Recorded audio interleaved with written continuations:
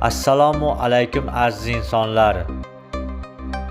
Kechki ovqatni iste'mol qilib olgandan keyin, yarim soat vaqt o'tgandan keyin bir dona limonni yaxshilab yuvib olib, po'chog'i bilan iste'mol qilingandan keyin bir piyola dog' suvni iste'mol qilinsa, buyrakdagi va qovuqdagi paydo bo'lgan toshlarni maydalab tushiradi va inson jismida mavjud bo'lgan barcha o'sma va shishlarni inson jismiga so'rilib yo'q bo'lib